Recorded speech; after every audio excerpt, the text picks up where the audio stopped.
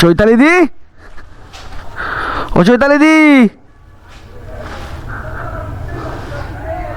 চৈতালি দি, তোমরা কি জানো যে কাপাসডাঙ্গাতে দিঘির পাড়ে, কাপাসডাঙ্গা দিঘির পাড়ে একটা খুব সুন্দর তারামা পুজো হয়। সেই বাৎসরিক পুজোটা মনে হয় কালকেই। এ দেখো, আমি এখান থেকে একটু আস্তে আস্তেই যাই, এই জায়গাটা পুজো হবে। ঠাকুরের মুখটা এত সুন্দর, কি বলবো। এই দেখো, না ঠাকুরটা নেই, কালকে আসবে। হ্যাঁ, সেই ইনফেকশন হয়ে গেছিলো। তো হ্যালো ফ্রেন্ডস, কেমন আছে সবাই? আশা করি সবাই ভালো আছে। তো নতুন একটা ব্লগে সবাইকে স্বাগতম। তো এখন আছে আমি কাপাসডাঙ্গার পালপাড়াতে, আর এটা হলো পালবাড়ি। এগুলো সব এখানে সব ঠাকুর তৈরি হয়। আর সেই মানে দুর্গা পুজো, কালী পুজোর সময় প্রত্যেক মানে অনেক হুগলির অনেক জায়গা থেকে ঠাকুর আসে। আর এটাই হলো পালপাড়া সেই শীতলা মন্দির।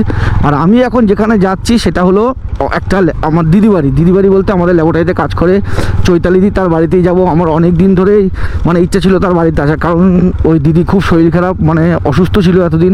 তো আমার আসাও হয়নি, যাওয়াও হয়নি। তাই ভাবলাম দিদি বাড়িতে একবার যাওয়া যাক, দেখা করে আসা যাক। এখন যেহেতু সময় আছে, তাই ভাবলাম ল্যাবরেটরি যাওয়ার আগে একবার দিদি বাড়িতে ঘুরে আসা যাক। তো অনেক দিন ধরে আসবো করে আর আসা হচ্ছে না, তাই ভাবলাম না আজকে যাওয়াই যাক। তা দিদি বাড়ির পালপাড়াতেই। তো এই রাস্তা থেকে এদিকে যে এই যে রাস্তাটা দেখতে পাচ্ছ ডান দিকে, এই রাস্তা থেকে দিদি বাড়ি যায়। সে চলো দিদির সাথে একবার দেখা করে আছে, কেমন আছে দিদি। দেখলে আমাকে মানে চমকে যাবে, তার কারণ আমি এতদিন ফোন করাও হয়নি একবারও। দেখো বাড়িটা কি সুন্দর লাগছে দেখতে। আর দেখি দিদি কেমন আছে, আদৌ বাড়িতে আছে কি না। মনে হচ্ছে তো নেই।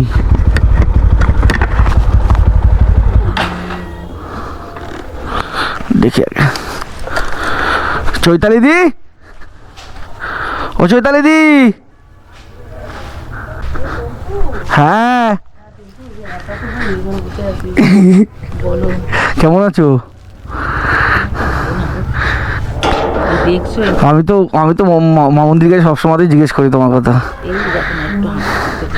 হঠাৎ করে শরীর খারাপ হয়ে গেল বলো? করতে পারবে না?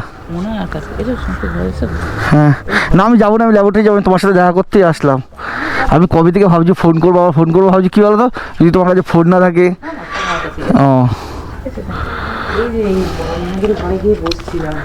কি করবে ঘরে একা একা?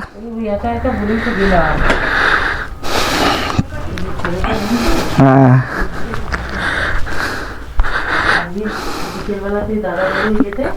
আবার চেক আপ কবে করাতে যাবে?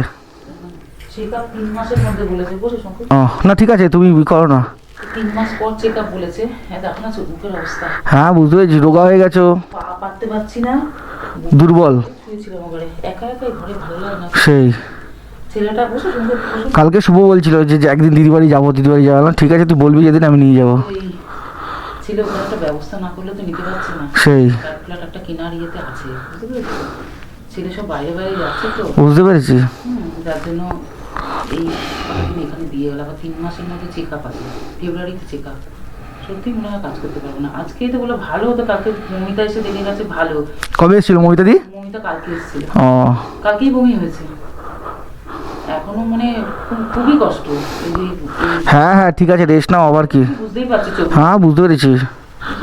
হাতে তো সেলাইন মেলাইন দিয়ে তো কিছু রাখেনি হাতের অবস্থা। কলকাতাতে হঠাৎ করে মানে এত ভুগবো আমি ধারণাই করি। জিনিসটার থেকেই গন্ডগোল হয়েছে, হতে পারে। এইখানটা ঢুকেছিল, এইখানটা হ্যাঁ সেই ইনফেকশন হয়ে গেছিল। আমি যখন ওখান থেকে ঢুকে গেছে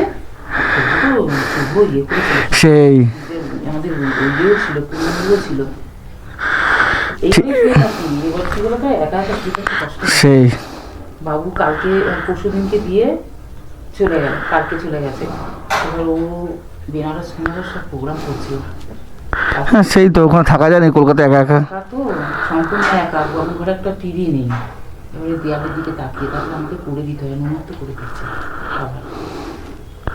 আমি ভেবেছিলাম একবার সবাই ফোন করে শুনতে, আমি বললাম যাবোই একবার। আমি আজকে টার্গেটে নিলাম যে আসবোই। না যাই, হ্যাঁ আমার ল্যাবরেটরি যাবো। সুজিদা ফোন করেছিল, আসলাম। হ্যাঁ দেখা হলো, এটাই অনেক। ও আমি কালকে মামুনির কাছে শুনলাম যে তুমি বাড়িতে এসছো, তার জন্য আমি আর আজকে আসলাম। হ্যাঁ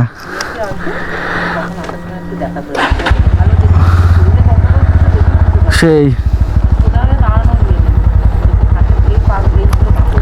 তাও কি বলতো একটু একটু হাঁটবে, শুয়ে থাকবে না, এই হলো ব্যাপার। হ্যাঁ তাই করবে।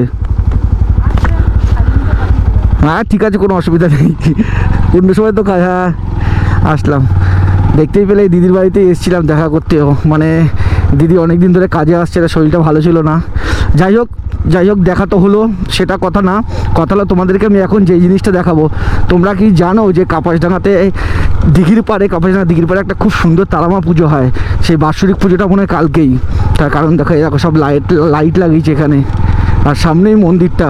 তোমরা কে কে এই মন্দিরটা দেখেছো অবশ্যই আমাকে কমেন্ট করবে, আর যারা দেখোনি তারা অবশ্যই চলে আসবে। মনে হয় কালকেই পুজো, বাৎসরিক পুজোটা। ওই তো লাইট ফাইট লাগানো হয়ে গেছে, খানিকক্ষণ আগেও গান চলছিল, এখন গানটা বন্ধ করে দিয়েছে, বেশ ভালো হয়েছে। এই দেখো আমি এখান থেকে একটু আস্তে আস্তেই যাই, এই জায়গাটা পুজো হবে।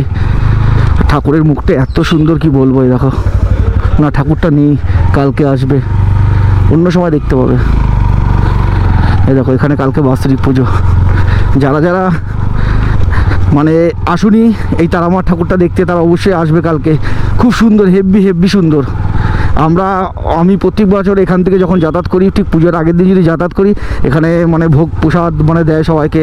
আমি আমার বন্ধু সবাই মিলে আমরা দাঁড়িয়ে খাই। আমার বাড়ি থেকে বেশিটা দূর না, কাছেই।